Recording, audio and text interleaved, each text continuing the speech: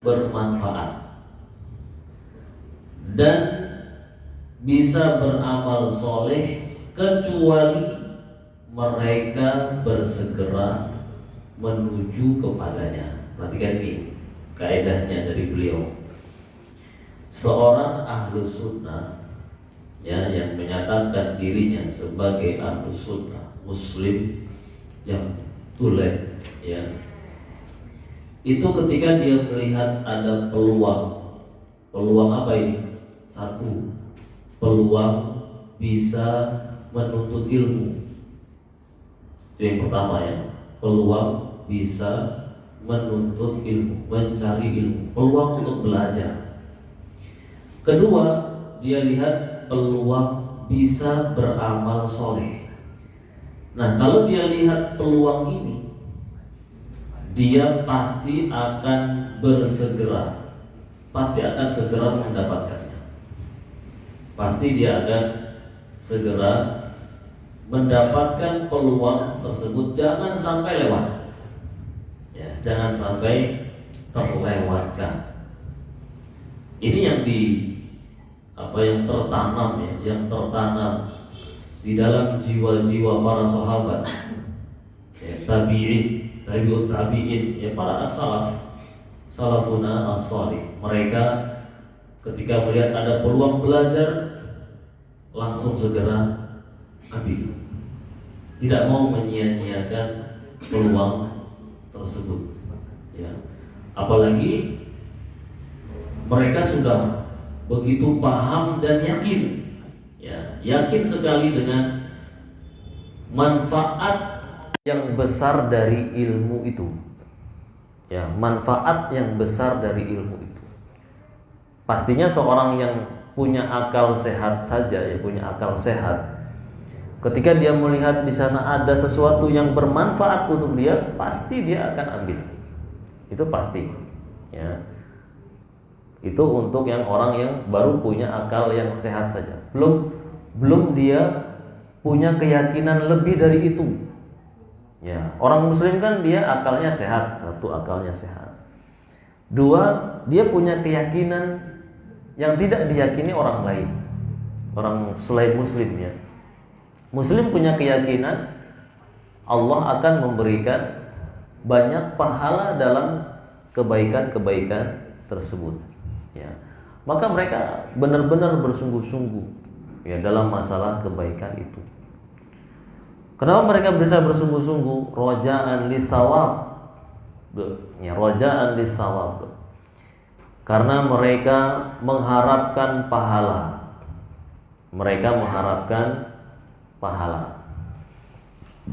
Nah, sekarang kita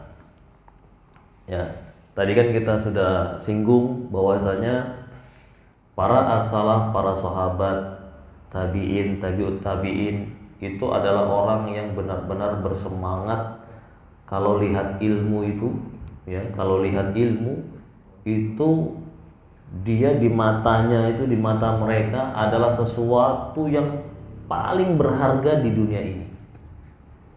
Bagaikan sesuatu yang paling berharga di dunia ini. Jadi nggak mau melewatkan waktunya begitu saja tanpa untuk mendapatkan ilmu itu. Dengan keterbatasan fasilitas di masa lalu. Bayangkan dulu untuk menulis saja mereka sulit. Sulitnya gimana? Buku, kertas tidak seperti yang kita sekarang dapatkan. Alat tulis juga tidak semudah yang kita dapatkan sekarang. Tapi dengan keterbatasan itu tidak menghalangi mereka di dalam mendapatkan ilmu tersebut. Tidak menghalangi mereka, justru malah dengan keterbatasan itu justru malah membuat orang lebih semangat, gitu ya. Kalau justru malah difasilitasi, kadang mereka jadi malas. Yang kita lihat sendiri itu perubahan zaman sekarang ini. Dulu kalau kita lihat orang-orang belajar dulu, itu kan untuk lampu penerang kurang. Ya, semuanya serba kurang ya, semuanya serba kurang. Tapi masya Allah mereka betul-betul serius belajar. Ya, yang dimana zaman kita sekarang ini mau apa saja yang kita inginkan, senyaman apapun yang kita inginkan untuk suasana belajar itu bisa. Ya. Tapi karena saking nyamannya, ya, karena saking enaknya, kita sulit untuk bisa apa? Untuk bisa fokus benar-benar serius belajar. Ya. Susah kita mau fokus untuk belajar. Kenapa? Karena terlalu nyaman. Ya, karena terlalu nyaman. Maka mungkin bagusnya dibuat apa? Gak nyaman aja ya, dibuat gak nyaman. Biar benar-benar serius gitu ya. Belajarnya pakai apa? Pakai lilin gitu ya. Gak usah pakai penerang lampu kayak gini. Ya, pakai lilin, kembali pakai lilin. Nulisnya pakai kulit gitu ya. Iya, apalagi nggak ada HP gini, nggak ada perekam, nggak ada alat apa segala macam. Mereka kan pasti berpikir, kalau saya dengar hari ini, kemudian saya nggak catat baik-baik, pasti akan hilang kan gitu pikirannya, lupa. Pasti mereka akan berupaya menulis. Tapi kalau kita sekarang gampang, ya, iya toh. Sekarang nggak bisa nyatat, ada rekaman. Nah, tapi ternyata gak tercatat-catat sampai mati pun gak tercatat. Ya, kenapa? Karena sudah mengandalkan rekaman. Rekamannya pun ya gak didengar lagi, ya sekali itu saja. Ya, itu memang godaannya kita di zaman sekarang. Artinya terlena dengan fasilitas yang Allah berikan. Padahal kalau kita manfaatkan itu semaksimal mungkin, bisa jadi bisa melebihi orang-orang di zaman dulu hasilnya gitu ya. Bisa jadi hasilnya melebihi orang-orang di zaman dulu. Tapi ternyata kita belum bisa mengalahkan orang-orang di zaman dahulu. Ya, dengan fasilitas yang sangat mudah ini kita nggak bisa untuk mengalahkan mereka. Apanya yang salah? Ya, yang salah itu sebenarnya keyakinannya di dalam hati. Ya, keyakinan mereka begitu yakin, begitu kuat, memandang ilmu itu adalah sebagai sesuatu yang sangat berharga, tapi kita memandang ilmu itu hanya sekedar biasa saja, gitu kan, biasa saja, lewat, atau malah sesuatu yang gampang untuk didapatkan sehingga santai, ya, sehingga santai. Taib. Kemudian juga beramal. Ya, mereka di dalam beramal itu tidak berpikir banyak untuk melakukannya. Artinya ketika memang itu sudah jelas amalan solih dan dia bisa kerjakan, itu mereka nggak tunda-tunda. Ya, mereka tidak tunda-tunda. Seorang ahlus sunnah ketika ada kesempatan untuk beramal, langsung dia kerjakan. Karena kalau ditunda-tunda akan luput kesempatan itu, ya, akan lewat kesempatan itu yang mungkin tidak terulang lagi. Kalaupun terulang kan, pahala yang kemarin yang kita lewat ya sudah lewat, ya. Kalau kita kerjakan langsung, hari ini dapat, besok akan dapat lagi, besok kesempatan berikutnya akan dapat terus. Artinya sudah terbiasa kita memanfaatkan kesempatan untuk beramal soleh. Taib. Ya, sebenarnya amal soleh dengan ilmu ini ya satu ya. Ilmu kita belajar ya itulah kita juga sedang melakukan amal yang soleh.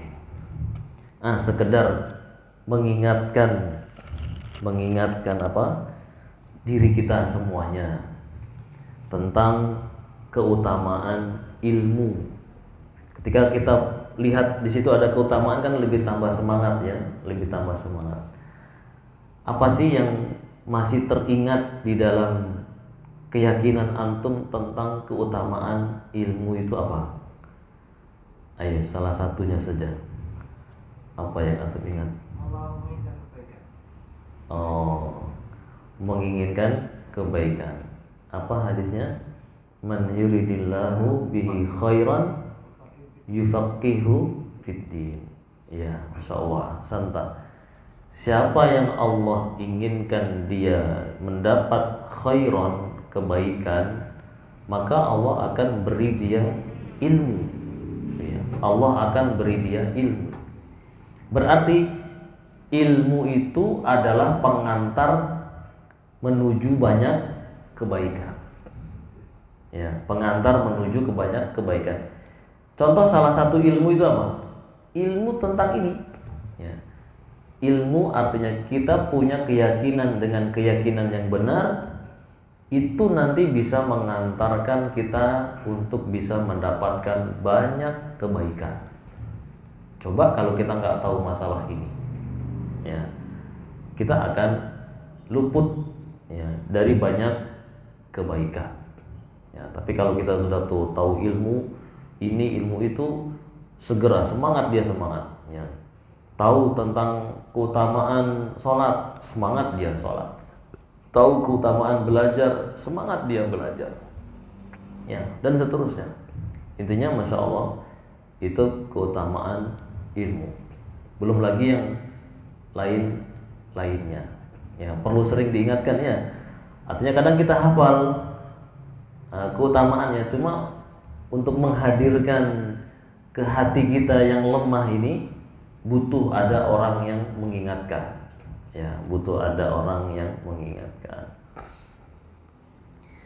Baik, berikutnya kata beliau, wala yarawna mauqi'an lil ismi illa jtanabuhu khaufan minal iqab.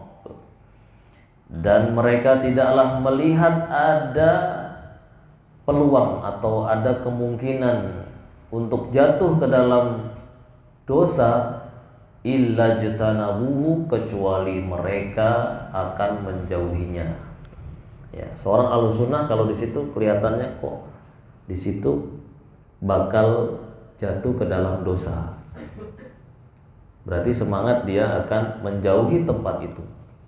Ya, tidak mendekati tempat itu yang bakal menjatuhkan dia ke dalam dosa. Intinya kalau lihat dosa dia jauh. Ya. Nah, tinggal kita sendiri gitu ya. Tinggal kita sendiri. Ya, memang manusia ya, namanya manusia. Itu godaan yang paling sulit untuk dia kendalikan itu apa? Adalah godaan untuk bermaksiat. Ya, godaan untuk bermaksiat. Artinya dia kurang bisa bersabar kalau digoda untuk bermaksiat. Tapi kalau disuruh untuk sholat misalnya, untuk mengerjakan suatu ketaatan, itu masih bisa lebih sabar. Artinya masih bisa dia jalani dengan sabar ya, sampai selesai. Tapi kalau digoda untuk bermaksiat, kebanyakan orang lemah ya, sulit untuk bisa bersabar menghindar dari godaan bermaksiat tadi. Nah, maka kuncinya kalau kita tahu seperti itu, kita kan orangnya lemah. Kalau sudah di depan kita ada godaan maksiat, itu kita lemah. Jadi gimana caranya? Caranya jangan dekati godaannya. Jangan sampai godaan itu datang ke kita. Kenapa? Kalau godaan itu sudah di mata kita, pastinya kita biasanya lemah. Ya, biasanya kita lemah. Jelas? Nah, contoh godaan untuk mencuri misalnya, contoh aja ya. Godaan untuk mencuri. Di mana itu godaan? Mencuri itu kapan terjadi mencuri itu biasanya? Kalau ada kesempatan. Kalau ada kesempatan. Nah, maka jauhi kesempatan-kesempatan untuk bisa mencuri itu. Ya, untuk bisa mencuri itu. Ya. Gimana jauhi? Ya udah jauhi. Misalnya disuruh pegang uang banyak misalnya, disuruh pegang uang banyak. itu jangan sendirian pegangnya. Ya, jangan sendirian. Kalau pegang sendirian tanpa diketahui orang lain, apa pikirannya? Lumayan lah kan, diambil sedikit kan nggak ketahuan. Ya, dititipin uang 1 triliun diambil 100.000 sehari juga kan nggak kelihatan. Ya, sedikit nggak kerasa. Ya. Gimana caranya kalau diamanahi uang misalnya?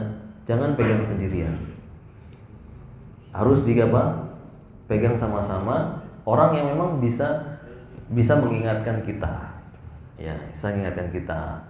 Ini jangan diambil, ini amanah dan seterusnya. Ya. Intinya ada orang yang mengingatkan.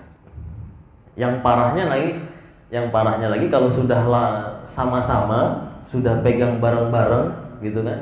Kompak. Ya, kompak. Satu tim ini kompak untuk apa? Untuk korupsi misalnya. Satu tim kompak untuk korupsi. Awalnya satu orang yang tergoda, dikorupsi lah sedikit. Ketahuan sama temannya dikasih bagiannya. Nih, diem ya, jangan bilang-bilang sama yang lain. Ya, akhirnya kompak. Ya, itulah terjadilah yang namanya korupsi. Ya, terjadilah yang namanya yaitu maksiat pencurian. Ya, kenapa? Itu tadi karena nggak kuat. Sebenarnya kita nggak kuat. Ya, nggak kuat kalau dalam masalah godaan kemaksiatan itu.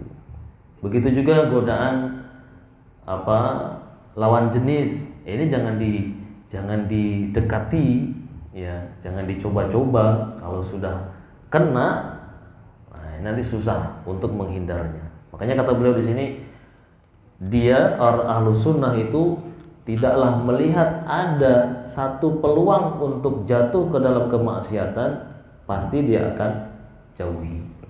Ya, pasti dia akan jauhi.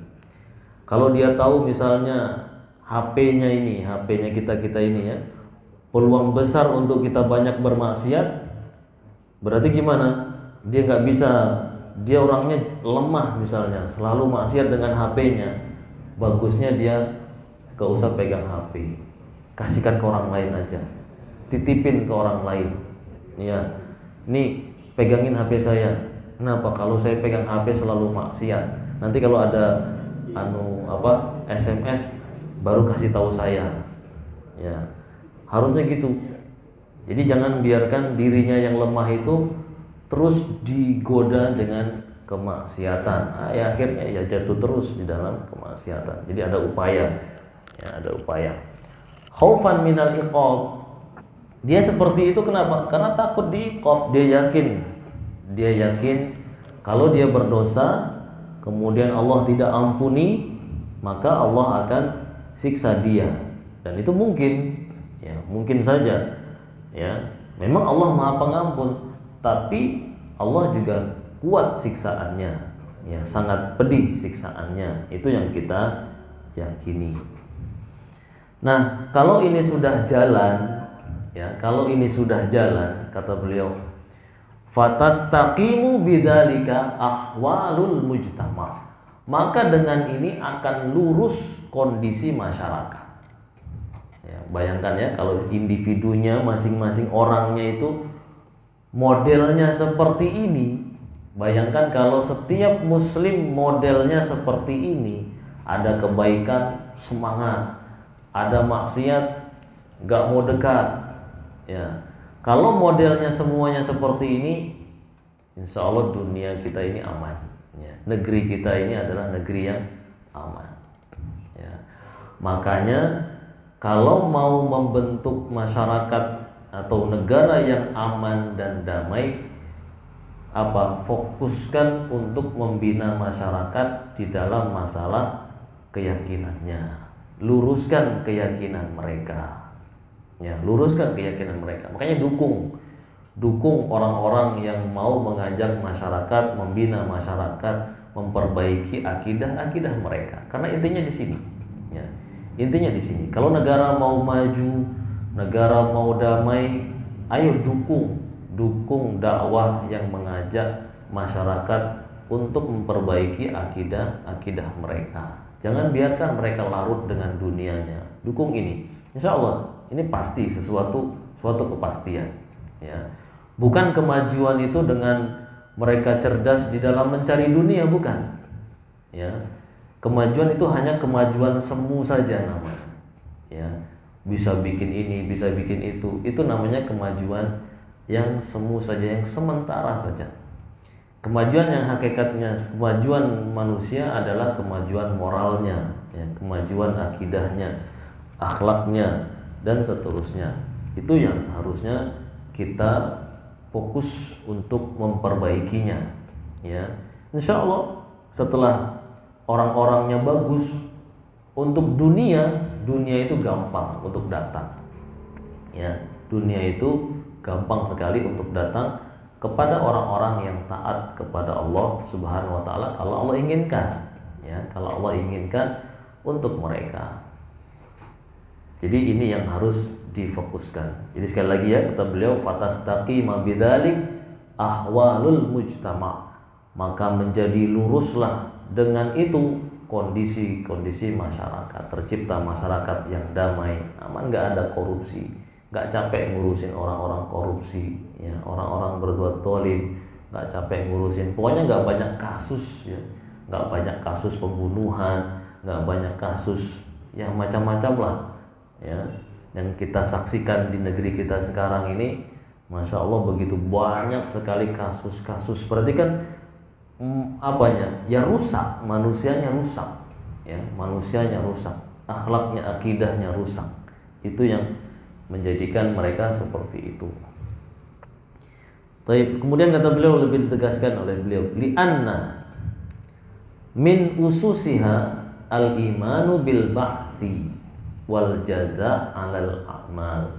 Kata beliau, karena kenapa masyarakatnya itu bisa lurus, bisa bagus, bisa damai? Karena di antara dasar yang mereka pegang itu adalah beriman kepada hari kebangkitan dan beriman dengan adanya pembalasan amalan. Ini yang penting, ya, yang penting untuk ditingkatkan setiap orang. Kita nanti akan dibangkitkan, kita akan dibalas, ya, kita akan dibalas. Hafal surat Az-Zalzalah, siapa namanya, Zaki? Idza zulzilatil ardu zilzalaha. Bisa baca suratnya Zaki? Tafadhal Zaki. Ingat? Coba baca.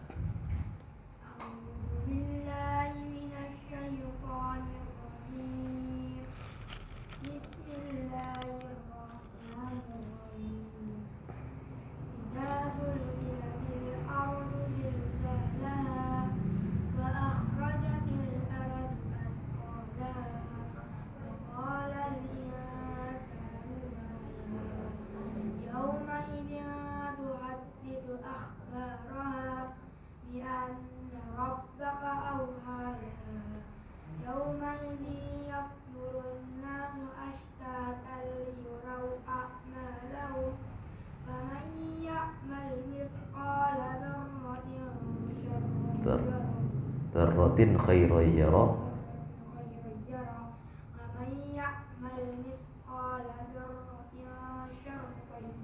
Iya, santa barakallahu. Itu surat tadi itu mengisahkan nanti bumi ini akan bergoncang hancur, ya, mengeluarkan isinya, dan nanti manusia akan dibangkitkan. Manusia akan dibangkitkan. Itu Allah mengatakan, yauma idzi yasdurun nasu ashtata liyuraw a'malahum. Di hari itu manusia akan dibangkitkan dengan berbagai macam modelnya mereka. Untuk apa? Untuk melihat amalan mereka masing-masing. Ya. Faman ya'mal mithqala dzarratin khairan yara wa may ya'mal mithqala dzarratin syarran yara. Siapa yang punya amalan baik walaupun sekecil biji dzarrah, maka dia akan mendapatkannya. Sebaliknya siapa yang punya kejelekan sedikit pun, sekecil apapun, dia juga akan mendapatkannya, balasan yang memang setimpal. Nah, ini yakin atau tidak adanya ini? Ya. Kalau orang itu yakin adanya ini, pasti dia akan bagus kehidupannya. Dia terus bersemangat melakukan kebaikan, maksiat dia jauhi. Kenapa? Karena takut nanti kebaikan sekecil apapun kan dia akan pasti dapatkan. Begitu juga kejelekan, pasti dia akan dapatkan balasannya. Nah, maka dia akan terus berpikir ini bagaimana bisa melakukan kebaikan, bagaimana bisa menjauhi kejelekan. Nah, intinya ini ya. Intinya beriman kepada ba'ats, kebangkitan, dan nanti akan dibalas amalan kita masing-masing.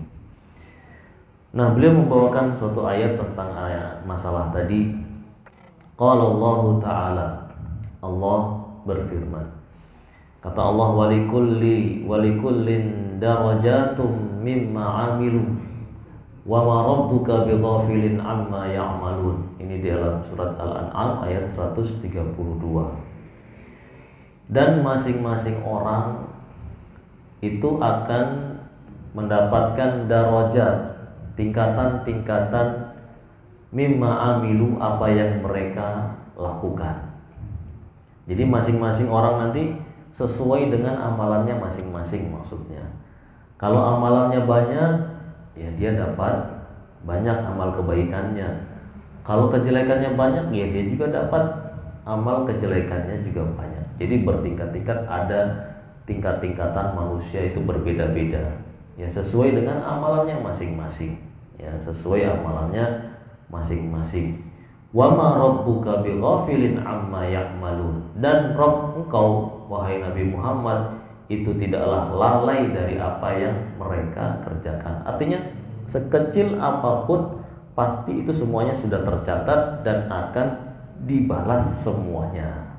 Ya, dibalas semuanya. Makanya ayo semangat. Ya, semangat ngapain? Semangat untuk melakukan kebaikan. Ya, halangan-halangan yang menghadang ya, itu dilawan. Ya, dilawan. Jangan dimanja. Badan ini dimanja gitu ya. Rasa-rasa malas, rasa ngantuk, sakit sedikit, pusing sedikit, dilawan. Ya, dilawan. Artinya dengan semangat itu nanti semuanya enggak terasa, akan hilang dengan sirnanya. Dengan semangat tadi. Tapi terakhir kita bacakan sebuah hadis. Ya. Kata Imam At-Taib, kita hadis dari Imam Muslim ya. Imam Muslim meriwayatkan dengan sanadnya sampai dengan sahabat Abu Hurairah radhiyallahu anhu. Dari Nabi sallallahu alaihi wasallam. Nabi bersabda. Kata Nabi, al-mu'minu al-qawiyyu ya khairun wa ahabbu ilallah minal mu'mini ad-dha'if. Seorang mukmin yang kuat itu lebih baik dan lebih Allah cintai daripada mukmin yang lemah. Kuat apanya? Kuat apanya? Ya, satu kuat imannya. Ya, yang kuat imannya itu lebih baik daripada yang lemah imannya. Terus apanya lagi? Ya, kuat semangatnya. Ya, kuat semangatnya untuk mendapatkan kebaikan. Itu lebih baik dan lebih Allah cintai daripada mukmin yang lemah. Ya, mukmin yang lemah. Makanya perkuat iman, nanti akan kuat semangatnya. Ya, akan kuat semangatnya. Nah, berikutnya Nabi kasih nasihat, wa fi kullin khairun, tapi memang masing-masingnya ada kebaikannya. Namanya orang beriman pasti punya kebaikan. Selemah-lemah imannya pasti dia punya kebaikan. Kemudian Nabi kasih nasihat, ihris ala ma yanfa'uk. Kata Nabi, semangatlah untuk mendapatkan apa yang bermanfaat bagi kamu. Apa yang bermanfaat bagi kita sebenarnya? Apa? Harta, dunia atau akhirat? jelas akhirat kan ya. Ya. Kata Allah kepada Nabi apa, walal akhiratu khairun laka minal ula. Sesungguhnya akhirat itu lebih baik bagimu wahai Nabi Muhammad daripada dunia. Ya, jadi kalau misalnya masalah akhirat harusnya lebih semangat. Ya, masalah akhirat harusnya lebih semangat. Ihris ala ma yanfa'u. Semangatlah atas apa yang bermanfaat bagi kamu. Yang di sini maksudnya adalah akhiratmu kejar. Ya, dunia juga manfaat sebenarnya. Dunia juga bermanfaat, tapi yang poin intinya adalah kejar akhiratmu. Ya. Taib. Nasihat ini jangan hanya terfokus untuk dunia ya. Kadang orang itu memahami hadis ini, wah Nabi kan ngasih nasihat ihris ala ma yanfa'uk katanya. Kata Nabi, semangatlah untuk mendapatkan apa yang bermanfaat bagi kamu. Wah, ini kan uang manfaat. Ini manfaat. Untuk masalah dunianya manfaat. Maka saya kejar, saya semangat untuk mendapatkannya. Itu ya memang manfaat, tapi kalau dibuat untuk akhirat. Ya, cari uang manfaat kalau dibuat akhirat. Intinya semuanya bermanfaat kalau diperuntukkan akhiratnya. Nah, kemudian wasta'in billah. Kata Nabi, mintalah tolong kepada Allah. Jadi untuk mengejar manfaat tadi, mintalah tolong kepada Allah, wala ta'jizan, jangan lemah. Ya, jangan lemah. Jadi seorang mukmin, jadilah mukmin yang kuat. Jangan seperti orang yang lemah kalau untuk mendapatkan manfaat-manfaat kebaikan-kebaikan. Nah, kemudian wa in asabaka syai'un, kata Nabi, kalau menimpa kamu sesuatu, maksudnya kegagalan. Kalau yang kamu cari tadi nggak dapat, ya, kalau yang kamu cari tadi tidak dapatkan, faqul, maka katakanlah qadarullah wa ma syaa fa'al. Ya, ringkasnya gitu ya. Atau fala taqul law anni fa'altu kadza kana kadza wa kadza. Ya. Jadi kalau misalnya nanti sesuatu tersebut tidak kita dapatkan, jangan bilang seandainya saya tadi seperti ini pastinya saya dapatkan, ya, atau seandainya saya tadi seperti itu pastinya saya nggak dapatkan, dan seterusnya. Ya, jangan berandai-andai seperti itu. Terus gimana? Walakin qul, akan tetapi katakanlah qadarullah wa ma syaa fa'al. Ya, ini adalah takdirnya Allah, dan apa yang Allah kehendaki pasti Allah lakukan. Jadi apapun yang kita dapatkan itu adalah takdirnya Allah Azza wa Jalla. Yang jelek, yang baik, yaitu sebenarnya sudah ketentuan dari Allah Azza wa Jalla. Terima saja, dan pasti kita yakini bahwasanya apa yang menurut kita jelek tadi itu sebenarnya adalah kebaikan untuk kita, ya, sehingga kita bisa menerimanya dengan lapang dada. Jadi itu ya nasihatnya. Masya Allah, hendaknya kita menjadi seorang mukmin yang kuat, ya, hendaknya kita menjadi mukmin yang kuat sehingga kita termasuk orang yang Allah cintai, ya, Allah cintai. Jadi kesimpulannya pertemuan kita kali ini adalah, kalau di sana ada kebaikan maka kejar, ya. Kalau di sana ada kebaikan maka kejar dan ambil. Kalau di sana ada kemaksiatan maka jangan dekati, ya. Dekat saja jangan. Kenapa jangan dekati? Karena kita lemah kalau sudah dekat, ya. Kita bakal terjatuh ke dalam kemaksiatan tersebut. Dan jangan lupa selalu perbaiki keimanan kita, terutama keimanan tentang hari kebangkitan. Banyak-banyak baca ayat-ayat Al-Quran yang mengingatkan tentang kebangkitan, ya, dan mengingatkan tentang hari pembalasan. Banyak-banyak baca itu, renungi, ya. Insya Allah nanti kita punya semangat yang kuat, ya, karena kita tahu kan bakal nanti akan dibalas, ya, dihisab dan seterusnya. Jadi kita bisa bersemangat untuk mendapatkan kebaikan itu, ya. Insya Allah keistimewaan akidah ahlis sunnah wal jamaah. Nggak ada pertanyaannya, insyaallah ya. Sudah malam ya. Kita cukupkan sampai di sini. Kurangnya mohon dimaafkan. Subhanakallahumma wa bihamdika asyhadu an la ilaha illa anta astaghfiruka wa atubu ilaik. Assalamualaikum warahmatullahi wabarakatuh.